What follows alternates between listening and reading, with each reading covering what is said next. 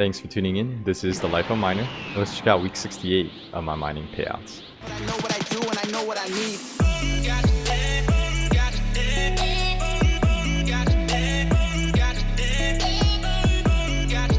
Okay, so at the beginning of these payout videos, let's do a quick spot check of the date and time when I took these payouts. I took these payouts on June 10th of 2020, about 10 p.m. US Eastern Time. So like previous weeks, I've been mining Ethereum, and I did make some small adjustments, so I do average around 942 mega hashes.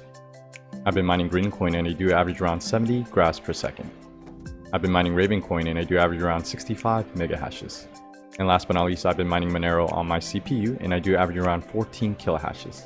Okay, so now pulling my Excel and checking out what I mined. I did mine around 0.56 Ethereum, equaling around $134.59, about 247.7 Greencoin, equaling around $118.03, about 1,494.37 Ravencoin, equaling around $29.52, and about 0.07 Monero, equaling around $4.81. If I did sell everything as of today, I would have made $286.95. Okay, so now checking out my GPU count. I do have a total of 80 GPUs and 1 CPU. My GPUs are mining Ethereum, Greencoin, and Ravencoin, and my CPU is mining Monero, and I do have 2 mining farms. Alright, so for this week's fun clip, this is a news clip with hedge fund manager Mike Novogratz speaking about why gold and Bitcoin is bullish. So let's check this out. Famed hedge fund manager Mike Novogratz. He is the founder and CEO of Galaxy Digital. He's clean shaven today, by the way, for those of you listening on the radio. Mike, it's always great to see you. Great seeing you. In terms of gold, what's your thesis here? New highs driven by what? Listen, just the macro setup is so perfect for something like gold. The Fed Reserve and central banks around the world just keep printing money. More money, more money, more money.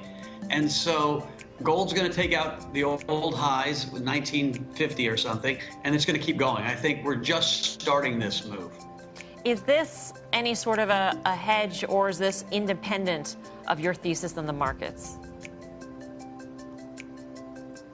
You know, listen, I think we're in the irrational exuberant zone on the markets, but it's hard to figure out where that stops. So you look at a stock like Tesla or any of the story stocks, they're beyond what would normally be seen as a huge move, and you can't use a discounted cash flow model to come back to anything rational.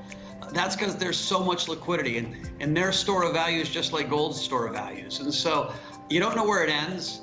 A good friend of mine said, hey, get on the airplane, just make sure you're on the seat closest to the exit. We're in a bubble. I think you could see stocks and gold decouple at one point, right? Where we've got an election coming up. I think Biden's going to win by a landslide, and I think he's going to jack up capital gains taxes to ordinary income. I think he's going to announce that this week, quite frankly. That will be good for the stock market, but they're going to continue to pump in liquidity. And so gold, I also love Bitcoin for the same reason, core holdings of mine that I think we're early in this cycle.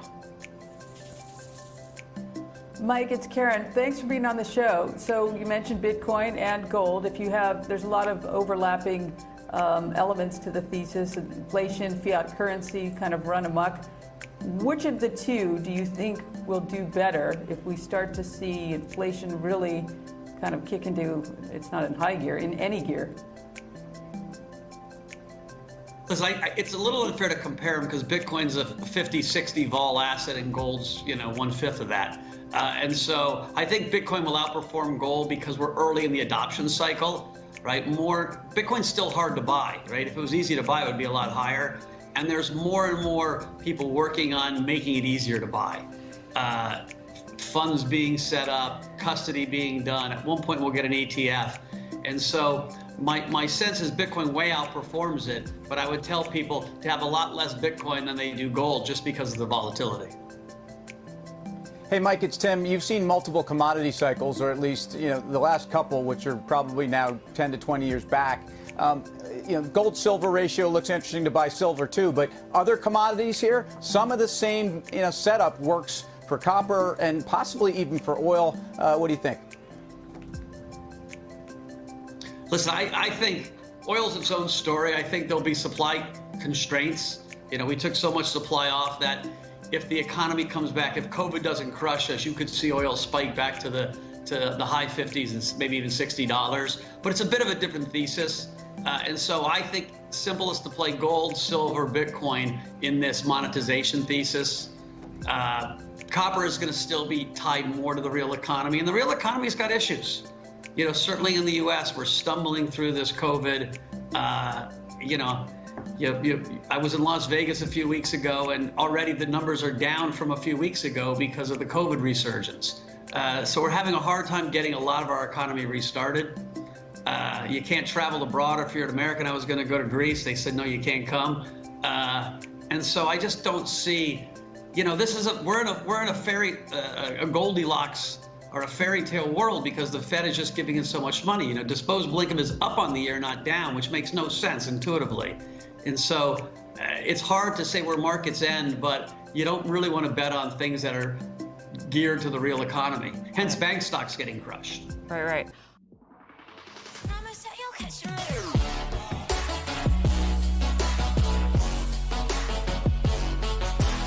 Alright, so thanks for checking out this week's mining payout. Stay tuned for next week's as well. And shout out to this week's random comment winner. And if you did want to be featured, just write a comment below. And I did send a small gift to the comment winner because he did participate and had a funny joke, but just this one time. And definitely follow me on my other social media platforms if you want to check out what I'm working on or to get behind the scene clips. Okay, so hope you enjoyed this video.